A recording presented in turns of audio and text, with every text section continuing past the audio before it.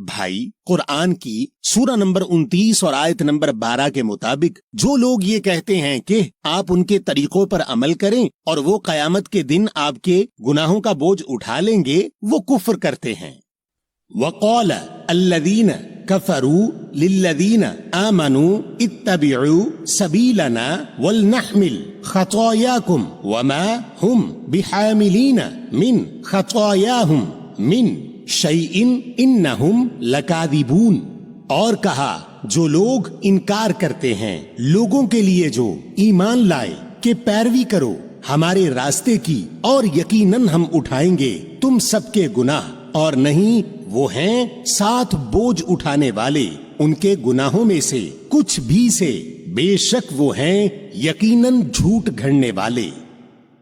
بھائی اس آیت کے مطابق تو کوئی بھی ہمارے گناہوں کا بوجھ نہیں اٹھا سکتا، اور جو یہ کہے وہ جھوٹا ہے۔ اچھا بھائی، ایک اور چیز جو میں نے دیکھی ہے وہ یہ ہے کہ کچھ لوگ وفات پا جانے والے بزرگوں کی قبروں یا مزاروں پر جاتے ہیں، ان کو ولی و پیر سمجھ کے، اور سمجھتے ہیں کہ وہ ان کی مدد کریں گے۔ کیا یہ سچ ہے؟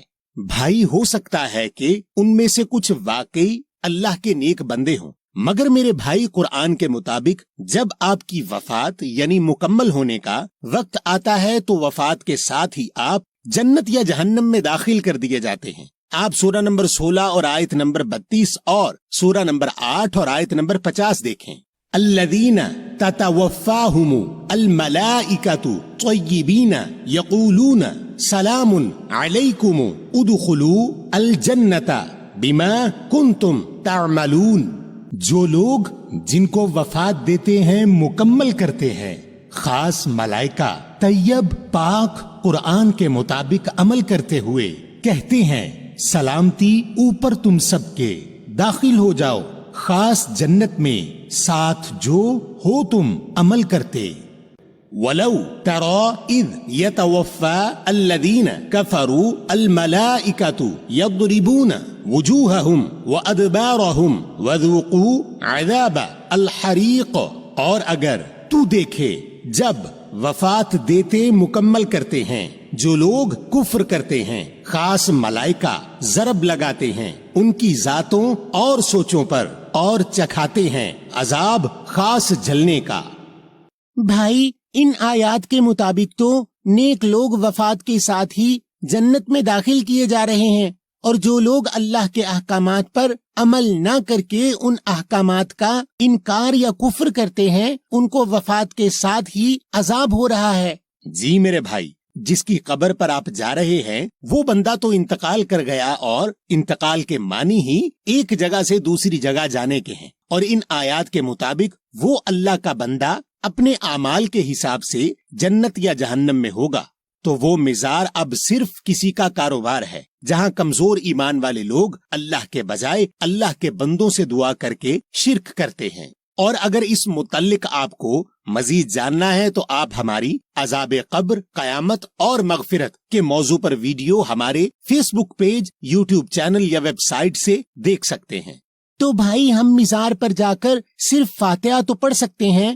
بھائی اگر وہ اللہ کے نیک بندے تھے تو انہیں آپ کی فاتحہ کی ضرورت نہیں، وہ تو پہلے ہی سے جنت میں ہیں۔ دوسری بات یہ کہ قرآن کی سورہ نمبر 2 اور آیت نمبر 2 اور آیت نمبر 185 کے مطابق قرآن ہدایت کی کتاب ہے، اور ہمیں قرآن میں ایک آیت بھی ایسی نہیں ملی جو کہے کہ قرآن پڑھنے کا کوئی ثواب ہے۔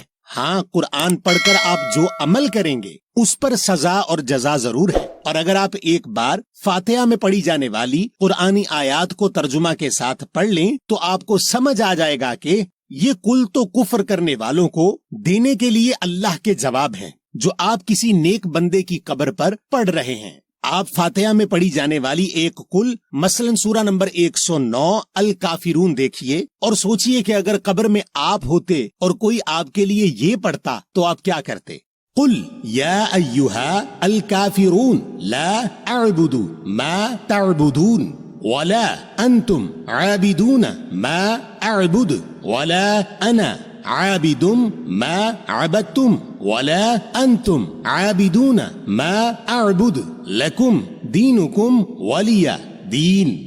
کہہ دو اے خاص کافروں، نہیں میں عبادت حکم پر عمل کرتا جو تم عبادت حکم پر عمل کرتے ہو، اور نہیں تم عبادت حکم پر عمل کرنے والے جو میں عبادت حکم پر عمل کرتا ہوں، اور نہیں میں عبادت حکم پر عمل کرنے والا جو تم عبادت حکم پر عمل کرتے ہو، اور نہیں تم عبادت حکم پر عمل کرنے والے جو میں عبادت حکم پر عمل کرتا ہوں۔ تم سب کے لیے تم سب کا دین فیصلہ، اور میرے لیے میرا دین فیصلہ۔ بھائی آپ نے تو میری آنکھیں کھول دی، اور میں آج ہی ان تمام کل کو معنی کے ساتھ پڑھوں گا، اور جس جس کے لیے میں نے یہ پڑھے ہیں ان سے اپنے دل میں معافی بھی طلب کروں گا۔ اب میرا ایک اور سوال ہے کہ اگر ہم ان ولی اور پیروں کے پاس نہیں جائیں گے تو ہمیں مشکلوں اور پریشانیوں سے کون نکالے گا؟ بھائی کیا آپ اللہ کے بجائے اللہ کے بندوں پر بھروسہ کر کے شرک کریں گے؟ اور کیا اللہ کافی نہیں آپ کو مشکل سے نکالنے کے لیے؟ دیکھیے اللہ آپ کے اس سوال کا جواب سورہ نمبر 39 اور آیت نمبر 38 میں دیتے ہیں۔ وَلَئِن سَأَلْتَهُمْ مَنْ خَلَقَ السَّمَاوَاتِ وَالْأَرْضَ لَيَقُولُنَّ اللَّهُ قُلْ أَفَرَأَيْتُمْ مَا تَدْعُونَ مِنْ دُونِ اللَّهِ إِنْ أَرَادَنِيَ اللَّهُ بِضُرٍّ هل هن كاشفات ضره أو أرادني برحمة هل هن ممسكات رحمته قل حسبي الله عليه يتوكل المتوكلون۔ اور اگر تم ان سے سوال کرو کس نے بنایا خاص آسمانوں اور خاص زمین، یقیناً کہہ دیں گے اللہ نے۔ کہہ دو کیا پھر تم دیکھتے ہو جو تم پکارتے ہو دوسروں میں سے اللہ کے اگر ارادہ کرے مجھ پر اللہ ساتھ تکلیف کے، کیا وہ ہیں دور کرنے والے اس تکلیف کے؟ یا ارادہ کرے مجھ پر ساتھ رحمت کے، کیا وہ ہیں روکنے والوں میں اس کی رحمت کے؟ کہہ دو میرا حساب کرنے والا ہے اللہ، اوپر اس کے بھروسہ رکھتے ہیں خاص بھروسہ رکھنے والے۔ یا اللہ اس آیت کے مطابق تو اللہ کے علاوہ کوئی ہماری تکلیف دور نہیں کر سکتا، اور اللہ اکیلا کافی ہے ہمیں مشکلوں اور پریشانیوں سے نکالنے کے لیے۔ اب میرا ایک اور سوال ہے کہ ہمارا ولی کون ہوگا؟ بھائی آپ کے اس سوال کا جواب اللہ نے قرآن کی سورہ نمبر 5 آیت نمبر 55 اور سورہ نمبر 2 آیت نمبر 257 میں دیا ہے۔ انما ولیکم اللہ ورسولہ والذین آمنوا الذین یقیمون الصلاة ویؤتون الزکاة وہم راکعون۔ بے شک جو تم سب کے ولی اللہ اور اس کے رسول، اور جو لوگ ایمان لائے ہیں، جو لوگ قائم کرتے ہیں خاص صلاۃ رابطہ اور دیتے ہیں خاص زکوٰۃ جواز، اور وہ ہیں جھکے ہوئے۔ اللہ ولی الذین آمنوا یخرجہم من الظلمات الی النور والذین کفروا اولیاؤہم الطاغوت یخرجونہم من النور الى الظلمات اولئک اصحاب النار ہم فیہا خالدون۔ اللہ ولی ہے جو لوگ ایمان لائے نکالتا ہے ان کو خاص اندھیروں سے طرف خاص روشنی کے، اور جو لوگ انکار کرنے والے ہیں ان کے اولیاء ہیں خاص شیطانی نظام نکالتے ہیں ان کو خاص روشنی سے طرف خاص اندھیرے۔ یہ ہیں رہنے والے خاص آگ کے، وہ ہیں بیچ اس کے ہمیشہ رہنے والے۔ ان آیات کے مطابق تو اللہ اور رسول اور ایمان والے ہمارے ولی ہیں۔ اللہ اور رسول کو تو ہم جانتے ہیں کہ وہ قرآن میں موجود آیات کے ذریعے ہماری رہنمائی کرتے ہیں، مگر ایمان والے ولی کو ہم کیسے پہچانیں گے؟ اور دوسرا سوال یہ ہے کہ ان آیات کے مطابق شیطانی ولی یا پیر بھی ہوتے ہیں، تو ہم شیطانی ولی یا پیر کو کیسے پہچانیں گے؟ بھائی آپ نے بہت اچھا سوال پوچھا ہے۔ اس کا جواب اللہ نے قرآن کی سورہ نمبر 3 کی آیت نمبر 79 میں دیا ہے، جس کے مطابق کوئی بھی بندہ جس کو اللہ کتاب و حکمت دے گا وہ آپ کو اللہ کے پیچھے چلائے گا، اور اللہ کے پیچھے صرف اللہ کی کتاب سے چل سکتے ہیں۔ اس لیے اللہ نے قرآن کی سورہ نمبر 7 آیت نمبر 3 میں کہا ہے کہ ہمیں صرف نازل کی ہوئی یعنی قرآن کی پیروی کرنی ہے اور کسی ولی یا پیر بزرگ کی پیروی نہیں کرنی، اور قرآن کی پیروی کرنا ہی سنت رسول بھی ہے۔ ما كان لبشر ان يؤتيه الله الكتاب والحكم والنبوة ثم يقول للناس كونوا عبادا لي من دون الله ولكن كونوا ربانيين بما كنتم تعلمون الكتاب وبما كنتم تدرسون۔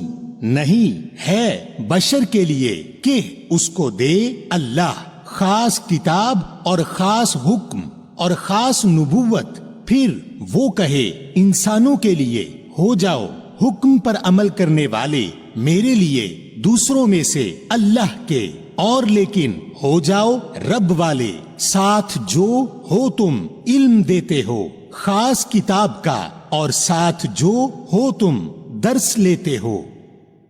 اتبعوا ما انزل الیکم من ربکم ولا تتبعوا من دونه اولیاء قلیلا ما تذکرون۔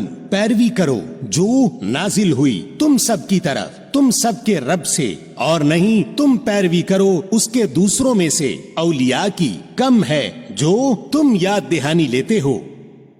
تو بھائی ان ساری آیات کے بعد ایک بات تو سمجھ میں آ گئی ہے کہ کوئی انسان ہمارے گناہوں کا بوجھ نہیں اٹھا سکتا، کوئی انسان ہمارے لیے اللہ سے سفارش نہیں کر سکتا، کوئی انسان ہمیں اللہ کے نزدیک نہیں کر سکتا، اور قبر میں صرف جسم جاتے ہیں اور لوگ اپنی وفات کے ساتھ ہی جنت یا جہنم میں داخل کر دیے جاتے ہیں، تو مزار میں کوئی ہے ہی نہیں، اور یہ صرف ایک کاروبار ہے اور بندے سے مانگنا شرک ہے، اور ہمارا ولی وہ ہوگا جو ہمیں اللہ کی کتاب کے پیچھے چلائے گا۔ تو ہمیں اپنے ولی یا پیر کو خوش کرنے میں محنت نہیں کرنی بلکہ اللہ کو خوش کرنا ہے، اور ہمیں صرف اللہ سے اپنی مشکلوں اور پریشانیوں میں مدد طلب کرنی ہے۔ اور اللہ نے جو سورہ نمبر 5 آیت نمبر 35 میں اللہ کی طرف آنے کے لیے وسیلہ تلاش کرنے کو کہا، وہ وسیلہ اللہ کی کتاب میں دیے گئے اللہ کے احکامات ہیں، اور جب ہم ان احکامات پر عمل کریں گے تو ہی اللہ کا قرب